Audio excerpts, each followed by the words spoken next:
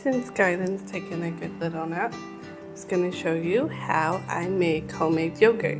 I can get yogurt here in town, but since we won't always be in town, I took a rainy day last week to learn how to make yogurt. So all you're going to need is some milk, and I'm going to do about 4 cups of milk. The only other thing you'll need is a 1/4 cup of yogurt. So you can either buy yogurt and it has to have the active cultures in it, or this was from my last batch of yogurt, so I saved that out to make it good. Okay, now you're going to put your milk on the stove on medium heat and continually stir it until it is almost boiling. That's for lunch. So it's really helpful to have one of these little thermometer things. They're super cheap, so I just picked up one. So you're supposed to be over 140. I went way over.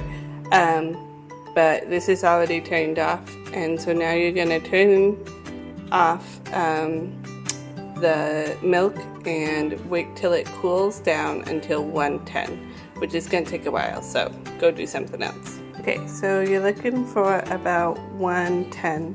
Mine is a little bit over that. Someone said you can also go by, if you stick your finger in it, and you can kind of keep it in there. It's not burning hot, but it's still hot. So now you're going to mix your yogurt in really well with the milk.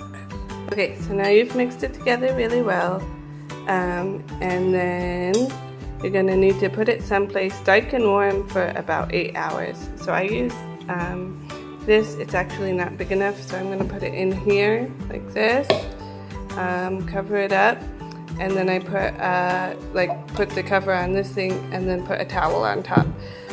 Warm is not a problem for us, so just putting it in a closet and letting it sit there for 8 hours. Okay, so 8 hours later, we take our yogurt out. If you take a look at it, this one's actually pretty firm. Sometimes it'll be a little bit more soupy. Some people say 6 hours, but mine was always too soupy for 6 hours. But if you go over 8 hours, it tends to start going sour. So right around 8 hours is what I do. But if it's not firm enough, you can put it in the fridge for about an hour or so, and that usually firms it right up. After it's chilled, your yogurt is ready to be used. But if you like Greek style yogurt, which is what I like, you just need to take a cheesecloth, put it on a bowl or a container like this, and you can fill that up with your yogurt. Yeah, see, this is pretty thick already.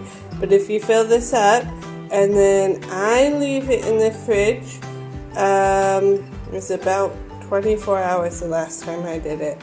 And all the whey is going to drain down, all the liquid is going to drain down here, and then you're going to have the harder, more firm yogurt on top if you're more of a fan of the Greek style. So there you go, and make sure you save out a 1/4 cup to make another batch.